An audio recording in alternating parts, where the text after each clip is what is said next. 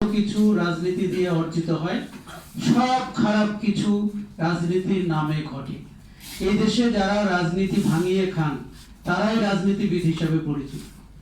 যারা রাজনীতিবিদ, যারা রাজনীতি বোঝেন, করতে চান, তাদেরকে মানুষ চেনে না। রাজনীতি মানে আপনার কিছু ক্ষমতা থাকতে হবে, আপনার কিছু পদ পদবি থাকতে হবে, ওটার আবার দৃশ্যমান প্রয়োগ থাকতে হবে। তার মানে আপনি খাল দখল, নদী দখল, টেন্ডারবাজি, খুন, রাহাজানি এগুলো না করলে আপনি কিসের রাজনীতিবিদ? এই জন্য দেখেন সবাই এমপি হতে চায়, কারণ ওই এলাকায় তিনি আধিপত্য বিস্তার করতে চান। তাকে জিজ্ঞেস করেন তো উনি আইন প্রণেতা হতে চান কিনা, হয়তো শব্দটি উনি প্রথম শুনেছেন যে আইন প্রণেতা হওয়ার কথা সংসদে গিয়ে তার এটি প্রথম শুনেছেন। আপনি যাচাই করে দেখুন তো গত 4 মাসে সংসদ অধিবেশনে আইন নিয়ে কি কথা হয়েছে, কিন্তু এলাকা নিয়ে অনেক কথা হয়েছে, বরাদ্দ নিয়ে কথা হয়েছে। আমাদের পুরো রাজনীতির চেহারাটি আমরা ব্যক্তির বদল হয়েছে, ওই চেয়ারগুলোতে ভিন্ন লোকরা বসেছে, তারা অনেকেই নির্বাচিত হয়েছে, কিন্তু রাজনীতির চরিত্রটি বদলায়নি। আমাদের জরুরি দরকার ছিল রাজনীতির সংস্কার, এবং সেই সংস্কার মানে তার কালচারাল সংস্কার, সেটি আমরা করতে পারিনি।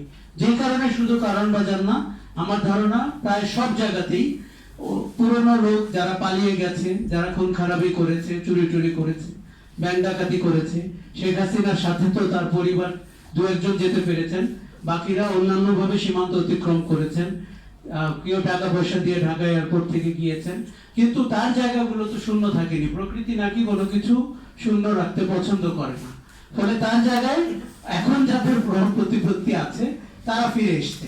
দেখুন জুলাই কি ঘটেছে, জুলাইয়ের আগে যারা নিপীড়িত ছিলেন তারা অনেকে নিপীড়ক হয়ে ফিরে এসেছেন। এই কথা তো সত্যি। কাজেই মনে রাখতে হবে আমাদের প্রত্যেকেরই চেহারা এবং চরিত্র মানে সময়ের সাথে পাল্টায় এবং বদলায়। যখন আমরা বিপদে থাকি এক রকমের চেহারা, সুযোগ পেলে আরেক রকমের চেহারা।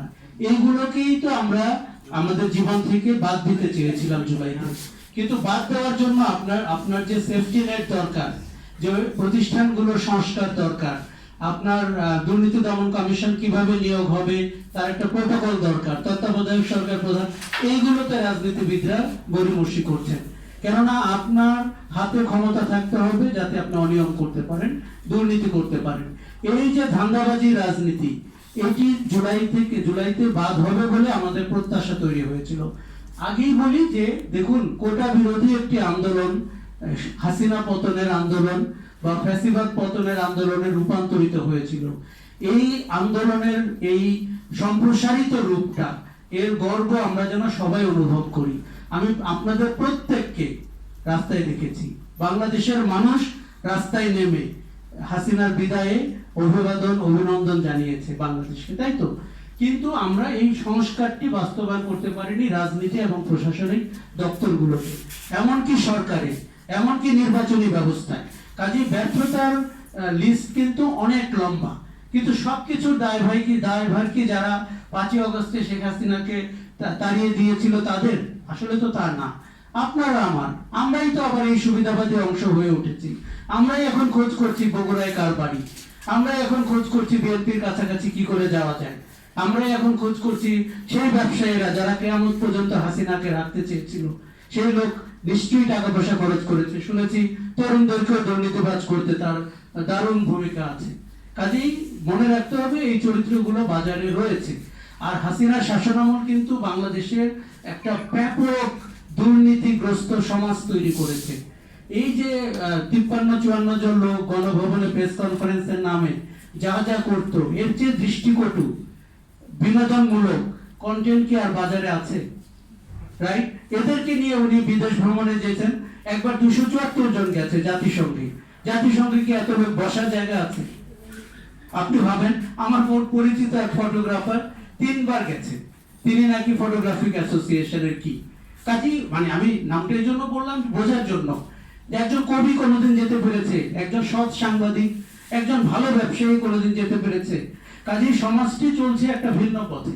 এখানে যারা ব্যবসা করতে চায় তাকে ট্যাক্স ফাঁকি দিতে হবে, ভ্যাট ফাঁকি দিতে হবে, নদী ভরাট করতে হবে, জাহাঙ্গীরনগরের পাশে খালটি দখল করতে হবে, ওই খালে কালো পানি ফেলে ওই পোশাক রপ্তানি করে সুইস ব্যাংকে টাকা রাখতে হবে। ফলে আপনাকে সরকারের সাথে থাকতে হবে এত সব 2 নম্বরই করার জন্য, যে কোনো মূল্যেই হোক, তাই তো? এই ব্যবস্থারই তো পরিবর্তন আমরা জুলাইতে চেয়েছিলাম। পরিবর্তন একেবারে শুরু হয়নি আমি বলবো না, মানুষের মধ্যে প্রশ্ন জেগেছে, সাহস এসেছে, তারা প্রতিবাদ জারি রাখতে সক্ষম হয়েছে, এবং আমার ধারণা আগামীর বাংলাদেশ কোনোদিন আর অতীতের বাংলাদেশ হবে না। এই স্বপ্নে যারা বিভোর আছেন, যারা ভাবছেন যে আপনার ক্ষমতা নিশ্চিত, এই রাজনৈতিক দলের ক্ষমতা নিশ্চিত, তারা কিন্তু বোকার শর্টে আছেন। এবং কখন মানুষ জেগে উঠবে, শেখ হাসিনার শাসন আমলে আমি বারবার বলতাম যে অত্যন্ত ছোট বিষয়ে শেখ হাসিনার পতন হবে, মানে তিনি যা যা প্রেডিক্ট করেছিলেন কি কি আন্দোলন হতে পারে, তার তো একটা দারুণ হোমওয়ার্ক ছিল, কত ধরনের বুদ্ধিজীবী ছিল না, কিন্তু ওই হোমওয়ার্কের মধ্যে প্রশ্নপত্র কিন্তু ওইটা পড়ে যে প্রশ্ন হবে তা কিন্তু না, প্রশ্ন হয়েছে বাইরে থেকে। আগামীতেও তাই হবে। আপনি সামাজিক ইস্যু, অর্থনৈতিক ইস্যু, তরুণদের বিষয়, এমনকি সামাজিক যোগাযোগ মাধ্যম, সবকিছুকে আপনার খেয়াল রাখতে হবে। জুলাইয়ে এই পরিবর্তনগুলো কিছুটা সাধিত হয়েছে, অনেকাংশেই হয়নি। আমি অত্যন্ত আশাবাদী আমাদের ভেতরে, দেখুন এক অংশের তরুণ জুলাইকে সফল করেছে, তাদের কিয়দাংশ বা অধিকাংশ জুলাইকে নষ্ট করেছে। তার মানে কি তরুণরা নষ্ট হয়ে গেছে? একদমই না। আমি তো অত্যন্ত আশাবাদী বাংলাদেশের তরুণরা বাংলাদেশের নতুন ভবিষ্যৎ নিশ্চিত করবে, রাজনীতির নতুন চেহারা দিবে এবং সরকার ব্যবস্থার নতুন বাংলাদেশ করবে।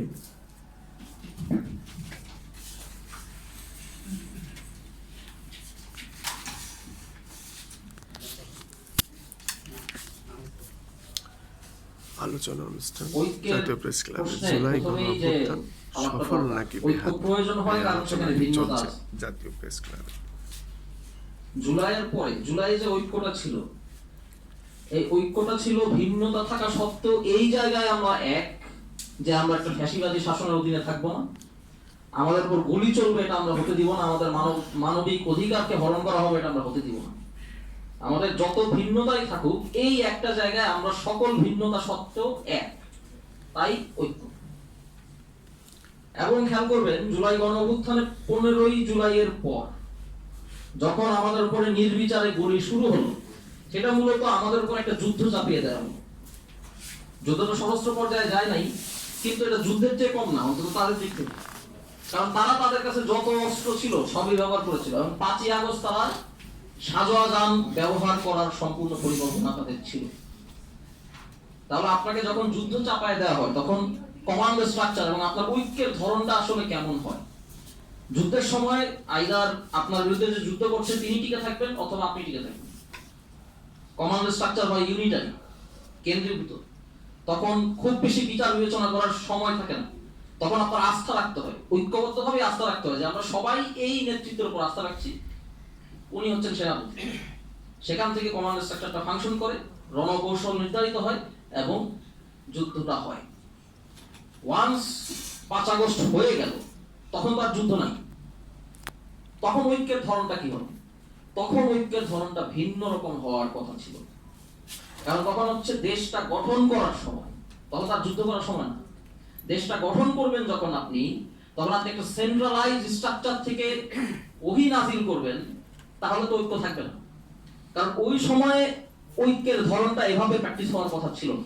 আপনি যখন দেশ কিভাবে তৈরি করবেন, আপনি যখন আপনার ইনস্টিটিউশন গুলো কিভাবে তৈরি করবেন, শেয়ার আপ করবেন, আপনাকে ডেলিবারেশনের প্রসেসে যেতে হবে, আপনাকে প্রত্যেক স্টেক হোল্ডারের সাথে কথা বলতে হবে সকল ভিন্নতা থাকা সত্ত্বেও, এবং এর মধ্য দিয়ে আপনাকে পলিটিক্যাল কমিউনিটি গ্রো করতে হবে। কমিউনিটি মানে আমাদের ভিন্নতা থাকা সত্ত্বেও আমরা একসাথে থাকি। তাহলে জুলাইয়ের পরবর্তী সময়ে যেহেতু জুলাইয়ের নেতৃত্বের ইউনিটারি লিডারশিপে আমরা জুলাইয়ে অংশগ্রহণ করেছি, তাই তাদের ইউনিটারি লিডারশিপেও আমরা দেশ গঠনে অংশগ্রহণ করব, এই জায়গাটা আমরা ভুল করেছি, ইনক্লুডিং মাইসেলফ। বিষয়টা হচ্ছে তখন ইউনিটারি লিডারশিপের সময় আর না, ওটা তো যুদ্ধ চলছে যেটা বললাম। তাহলে তখন এই ডেলিবারেশন প্রসেসে যে যাওয়া দরকার ছিল এটা হয় না, এই জন্য ঐক্যটা হয়। এবং এনসিপি এজ এ প্রজেক্ট, এটা মাইনে হয়তোবা আমাকে একটু এক্সকিউজ করবে, আমি বলি এনসিপি এজ এ প্রজেক্ট, যে এনসিপি হবে জুলাইয়ের সকল অভ্যুত্থানকারী তরুণ নেতাদের দল, এটা ডিজাস্টারাস প্রজেক্ট। কেন একটা দল কেন হইতে হবে? কারণ এখানে অনেকগুলো গ্রুপ অংশগ্রহণ করেছে, এক একটা গ্রুপের ইকোনমিক ইডিওলজি আলাদা, সোশ্যাল ইডিওলজি, কালচারাল ইডিওলজি আলাদা। একদল হইতে হবে আইডিয়াটা একটা ডিজাস্টারাস আইডিয়া ছিল এবং এটা ডিজাস্টার করেছে। যদি প্রত্যেকে তাদের ইডিওলজি ডেভেলপ করে কিভাবে তারা দেশকে নতুন করে গড়ে তুলতে চায় সেটা ডেভেলপ করে একে অপরের সাথে ডেলিভারেশনে যেত, এখানে একাধিক প্ল্যাটফর্ম হতো যার যার মতো, এবং তাদের মধ্যে যদি একেবারে তৃণমূল পর্যায়ে জনগণের অংশগ্রহণ হতো, এনগেজমেন্ট হতো, কনফারেন্স হতো জেলায় জেলায়, উপজেলায় উপজেলায়, এবং এখানে যদি তরুণদের জোট, নট আ সিঙ্গেল পার্টি, জোট তৈরি হতো, তাহলে আজকে অনেক কিছুই অনেক অন্যরকম হতো।